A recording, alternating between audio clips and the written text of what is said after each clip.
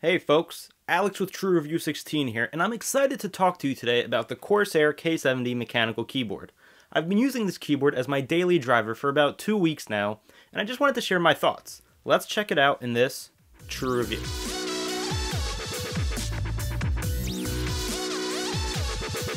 There's a couple of different versions of the K70 you can pick up in stores.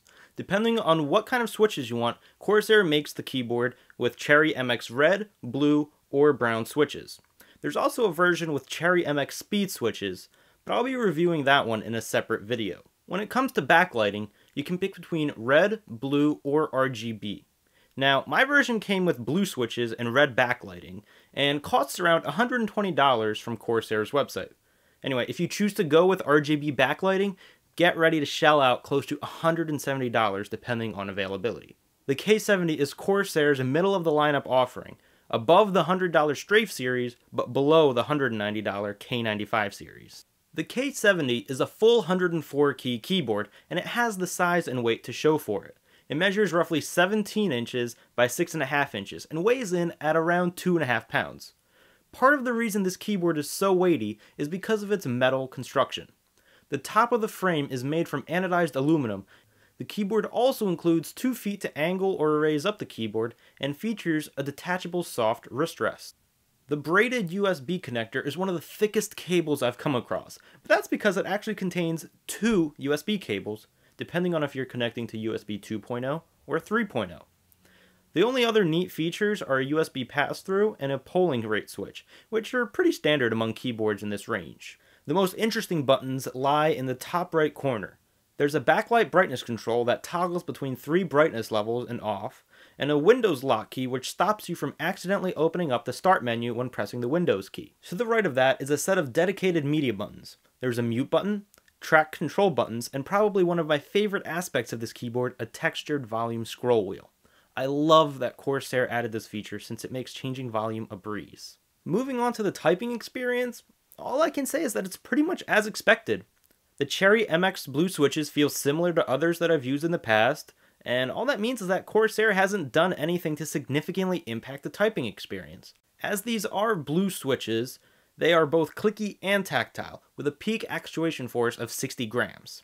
I have a tendency to bottom out the keys when I type, so I really like the feedback I get from the blue switches. Right now, I'll play a small sample of me typing so that you can hear what it sounds like.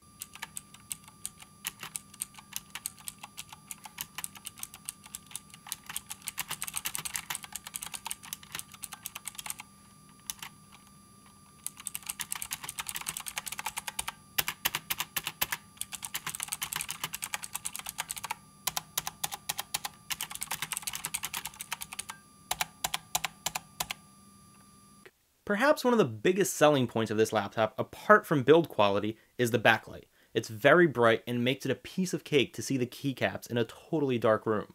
Each key has a red LED that lights up the top of the key.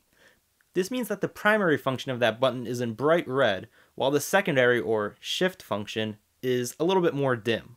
You can program the keyboard backlighting using Corsair's utility engine, also known as Q.